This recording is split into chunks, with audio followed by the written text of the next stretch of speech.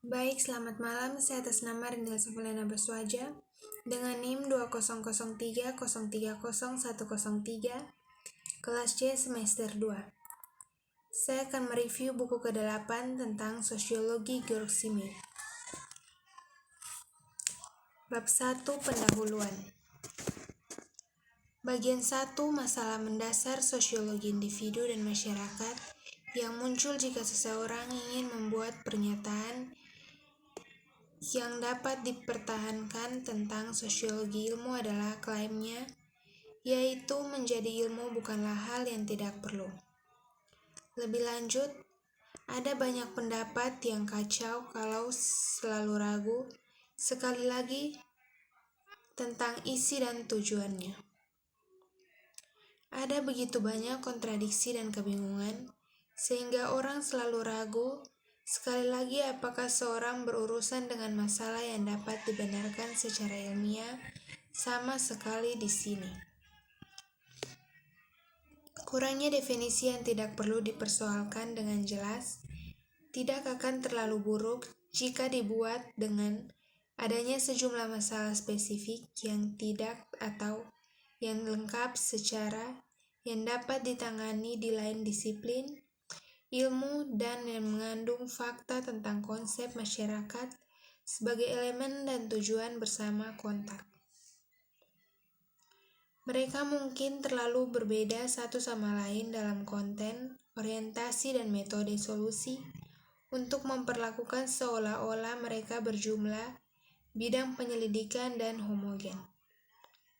Bahkan, kemudian mereka setidaknya bisa menunjukkan perlindungan awal di bawah judul sosiologi. Seperti itu, sosiologi akan mirip teknologi.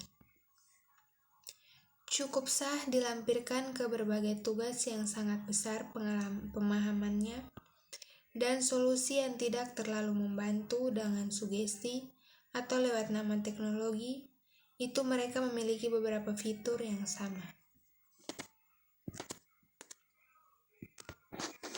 Bab 2 Pembahasan. Fragmen dari Simmer's Life and Mean. Georg Simmel lahir di Berlin pada tanggal 1 Maret 1858. Ayahnya seorang partner di terkenal pabrik coklat yang meninggal saat Georg masih kecil. Seorang teman dari keluarga pendiri penerbit musik internasional diangkat sebagai walinya. Dia meninggalkan Simmel banyak uang yang memungkinkan dia untuk menjalani kehidupan sebagai seorang sarjana. Simmers ibu temperamental dan mendominasi. Setelah lulus dari gimnasium, Simmel masuk ke Universitas Berlin pada usia 18 tahun untuk belajar sejarah. Terlepas dari pengaruh Momsman padanya, dia segera beralih ke filosofi. Kemudian dia menamai Lazarus dan Steinthal, pendiri Volkspsychologie, sebagai guru terpentingnya.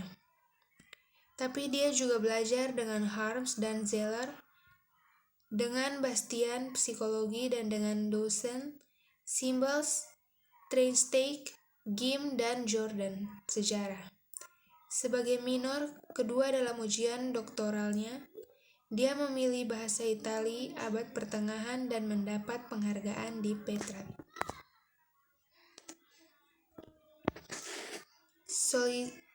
Sosialitas sebagai bentuk permainan masalah AIDS dan solusi mereka. Keramahan juga muncul sebagai bentuk permainan dari etika kekuatan dalam masyarakat konkret. Secara khusus ada dua masalah keramaian yang harus diselesaikan dengan kekuatan ini. Salah satunya adalah fakta bahwa individu harus memperoleh nilai dan meningkatkan sendiri kolektivitas ini. Fakta lainnya adalah Kehidupan dari individu adalah rute bundaran dan tujuan untuk dapat di seluruh, tetapi kehidupan keseluruhan pada gilirannya memiliki hal yang sama yang berfungsi untuk tujuan tersebut dari individu tersebut. Keramahan transfer karakter serius seringkali tragis dari masalah-masalah ini dan ke dalam permainan simbolis dari alam bayangan yang tidak dapat mengenai fiksi, karena bayangan menjadi apa adanya dan tidak dapat tertabrakan. Individu dan masyarakat dipandang kehidupan abad ke-18 dan ke-19. Individu dan masyarakat pada abad ke-18 dan abad ke-19, pandangan sebagai contoh sosiologi filosofi pertama. Kehidupan individu sebagai karakter konkret, konflik antara individu dan masyarakat, misalnya masyarakat yang benar-benar praktis adalah hubungan antara kekuatan dan bentuk individu dan kehidupan individu. Pertanyaannya, bukan apakah masyarakat hanya ada individu dan juga di luar mereka? Untuk bahkan kita hubungkan hidup dengan benar. Hanya untuk individu dan mengidentifikasikan kehidupan masyarakat dengan anggotanya, kita masih harus mengakui adanya konflik antar keduanya. Salah satu alasan konflik ini adalah kenyataan bahwa pada individu itu sendiri, elemen sosial seringkali menjadi fenomena tertentu yang disebut society atau society, pengembangan kendaraan dan organ sendiri dengan diklaim, dan pemerintah yang secara individu didapatkan oleh pihak alien.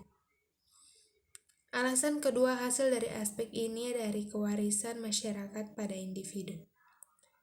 Bagi manusia, memiliki kapasitas untuk membusuk menjadi bagian-bagian dan merasakan salah satu dari ini sebagai diri yang tepat.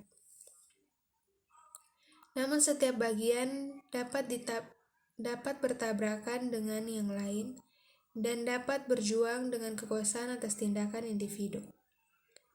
Kapasitas ini menempati manusia sejauh dia merasa dirinya sebagai makhluk sosial, menjadi hubungan yang sering bertentangan dengan mereka di antara impuls dan kepentingannya yang tidak didahulukan oleh aktor-actors sosialnya.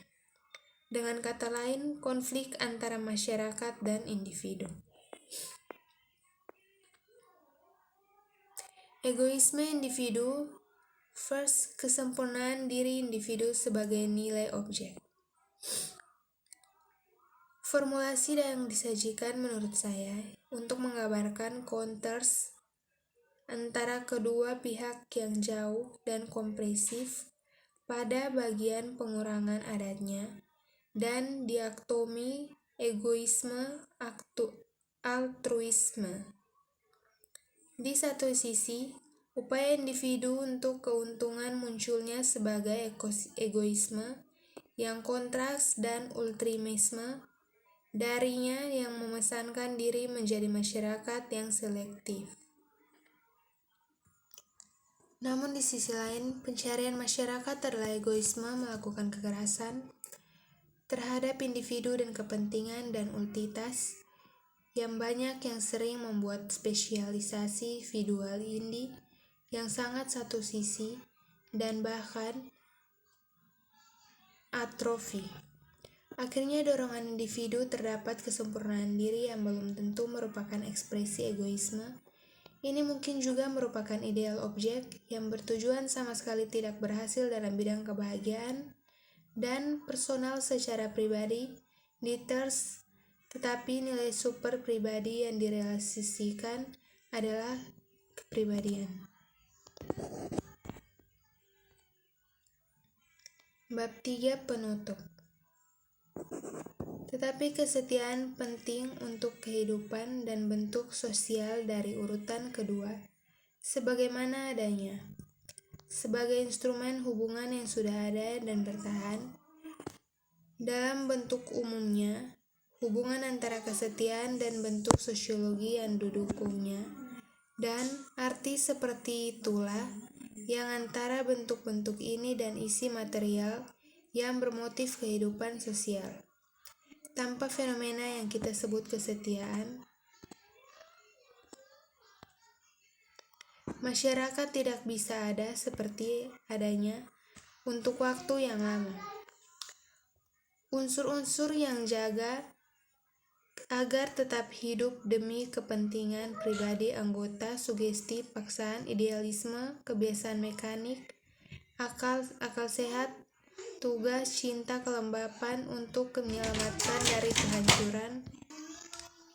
Jika tidak ditambah oleh faktor ini, ukuran signifikannya sebagaimana tidak dapat ditentukan dalam kasus tersebut, karena efek praktiknya selalu menggantikan perasaan lain yang hampir tidak pernah ada yang sepenuhnya.